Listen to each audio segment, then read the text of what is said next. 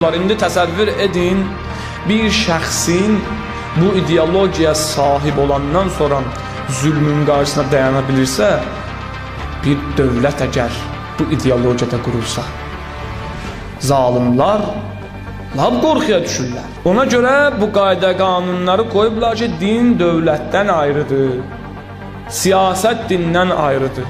Məgər əziz İslam Peyğəmbəri Mədinədə 10 il hakimiyyətində siyasətlə idarə etmirdi hökuməti. Mümkündür bu.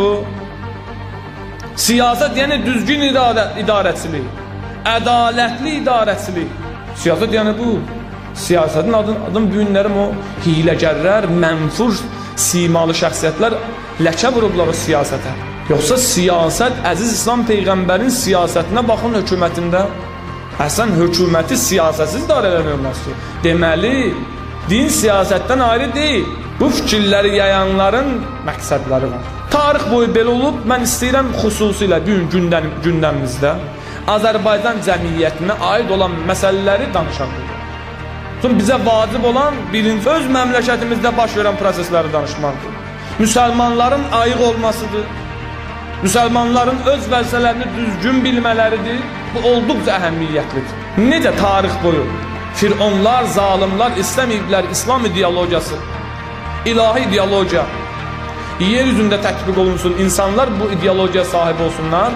Eləcə də Azərbaycanda da son 2-3 əsrdir ki, Çar Rusiyasının dövründən başlayaraq indiyənə qədər o siyasət davam edir. Azərbaycanda olan müsəlmanlar həqiqi İslamı o vaxtlar 18-ci əsr, 19-cu əsrlərdə Qum xüsusilə Nəcəf elmi hovzəsindən əxs edirdilər. Həqiqi İslamın qayda qanunlarını böyük müstehidlərimizdən onlar həqiqətləri çatdırırlar, insanlar əxs edirdilər oradan.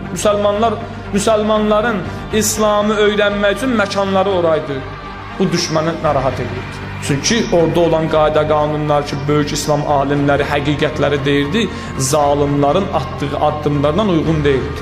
O böyük İslam şəxsiyyətləri deyirdi, zülm eləmək olmaz, bu zülm eləyir axı. Ona görə fikirləşdilər, neyniyək? Alternativ olaraq həqiqi İslam maarifinin məkanı olan Nəcəf elmi hovzəsinin müqabilində Qafqaz müsəlmanları idarəsi kimi bir idarənin yaranmağın təkliflər. İnsanlar gedib həqiqi İslamı oradan öyrənməsinlər. Neynəsinlər? Elə buradan necə biz istəyirik yönləndirə biləcək. O necə istəsə nə deyəcək, bu da elə deyir də. Bir göz qabağındadır da. O yuxarıdan nə gəlir? Hakimiyyətdən. Bu da onu deyir. Yuxarıdan hakimiyyətdən deyir ki, icab qadağasın, biz qadağa qoymuşuq, danışma ya, birdən danışan deyir, baş üstündə danışmaq, hətta əksin danışan. Bu təkcə bura aidəti yox da, tarix boyu belə olub. Əsən bu mexanizm var, qurulub. Müsəlmanı allatmaq üçün gərək bu qurulsun. Alternativ yol göstərilsin. Bura getməyin, bura gedin. Bura sizin xalqınız, bura özünüzün şeyxi.